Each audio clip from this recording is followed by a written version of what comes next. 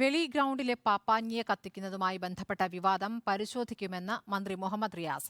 സുരക്ഷാ കാരണം പറഞ്ഞുകൊണ്ടാണ് ഗ്രൗണ്ടിലെ പാപ്പാഞ്ഞിയെ കത്തിക്കരുതെന്ന് ആർടിഒയുടെ നിർദ്ദേശം. അതേസമയം ആർടിഒയുടെ നടപടിയെ ന്യായീകരിച്ച് KJ മാക്സി MLAയും രംഗത്തു വന്നു. പുതുവർഷത്തെ വരവേൽക്കാൻ വെളി ഗ്രൗണ്ടിലും പരേഡ് ഗ്രൗണ്ടിലുമായി കൂറ്റൻ പാപ്പാഞ്ഞിമാർ ഒരുങ്ങി. അതിനിടെയാണ് വെളി ഗ്രൗണ്ടിലെ പാപ്പാഞ്ഞിയെ കത്തിക്കരുതെന്ന് RTO നിർദ്ദേശമിറക്കിയത്.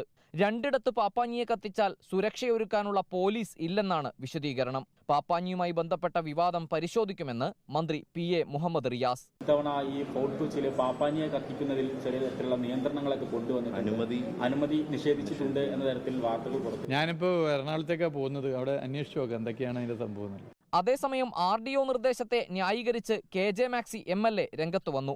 ജനങ്ങളുടെ സുരക്ഷയാണ് പ്രധാനമെന്നും അതിനാലാണ് RTO നിർദ്ദേശമിറക്കിയതെന്നും MLA. കത്തിക്കാതെ തീരുമാനിക്കാനുള്ള കാരണം ഈ പോലീസ് പറഞ്ഞ കാരണം പോലീസിന് രണ്ട് സ്ഥലത്തും പോലീസിനെ വിന്യസിപ്പിക്കാനുള്ള പോലീസ് ഫോഴ്സ് കുറവാണ്. പോലീസിനെ അവർ കൺട്രോൾ ചെയ്യാൻ പറ്റാത്തതുകൊണ്ട് നമ്മളെ ശ്രദ്ധിക്കണമല്ലോ, ഒരു ദുരന്തം ഉണ്ടാക്കാൻ പാടില്ലല്ലോ. വിവാദങ്ങൾക്കിടയിലും പുതുവത്സര രാവിൽ കത്തിക്കാനുള്ള പാപ്പാഞ്ഞിയുടെ നിർമ്മാണം പരേഡ് ഗ്രൗണ്ടിൽ പൂർത്തിയായി.